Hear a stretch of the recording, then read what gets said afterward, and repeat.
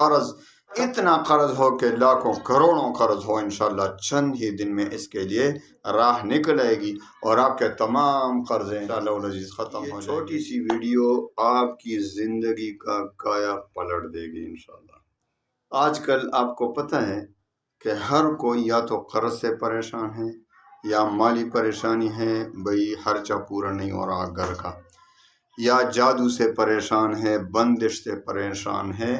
چھوٹی سی ویڈیو میں آپ کو ایسا وظیفہ دیتا ہوں کہ آپ کے ہر مرض کا علاج، آپ کی ہر پریشانی کا علاج، اور یہ وظیفہ منسوس وظائف میں سے ہے، منسوس وظیفہ ہے۔ منسوس کا مطلب یہ ہے کہ قرآن و سنت سے ثابت ہے۔ تو ایسا وظیفہ آپ نے کبھی نہیں دیکھو، آزمائیں، انشاءاللہ العزیز چند ہی دن میں آپ کے تمام مشکلات کا حل نکل آئے گا۔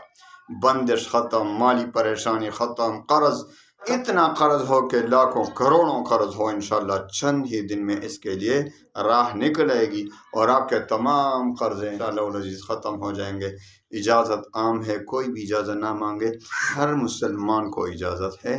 تو آئیے وظیفے کی طرف آتے ہیں، انشاءاللہ العزیز آپ کے تمام مشکلات کا حل نکلنے والا ہے۔ تو آئیے وظیفے کی طرف آتے ہیں۔ آپ نے وضو کر کے خوب اچھے طریقے سے 2 رکعت صلاۃ حاجت کے پڑھ کر آپ نے پہلے 100 بار درود شریف، جو بھی درود ہو، مختصر درود وصلی اللہ علیہ وسلم، یہ بھی ٹھیک ہے، صلی اللہ علیہ وآلہ وسلم، یہ بھی ٹھیک ہے، اللہم صلی علی محمد وعلی آل محمد وبارک وسلم، وصلی اللہ علی النبی الامی، جو بھی درود آپ کو آسان ہو وہ پڑھیں۔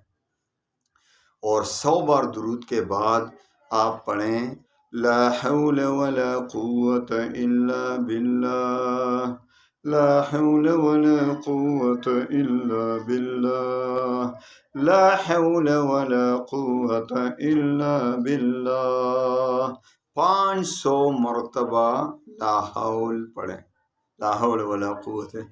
اشرف علی تھانوی رحمۃ اللہ علیہ کی ایک بات یاد آ گئی۔ حضرت حکیم الامت کو ایک شخص آیا، پریشانیوں کے لیے کوئی وظیفہ مانگا، تو حضرت نے فرمایا کہ لا حول کا وظیفہ پڑھو، لا حول۔ تو وہ چند دن کے بعد پھر آیا کہ حضرت میری تو پریشانی حل نہیں ہو رہی۔ تو حضرت نے فرمایا تم وظیفہ کس طرح پڑھتے ہو؟ تو اس نے کہا لا حول لا حول لا حول۔ تو ہمارے وظائف کا یہی حال ہے آج کل۔ تو یہ نہ ہو کہ آپ بھی لا حول پڑھیں، لا حول ولا قوت الا باللہ، تلفظ ٹھیک کریں، اللہ پر یقین اور اعتماد کے ساتھ پڑھیں کہ انشاءاللہ آپ کی زندگی بدل جائے گی، آپ کو خوشیاں نصیب ہوں گی، آپ کی ہر پریشانی کا حل اس وظیفے میں موجود ہے۔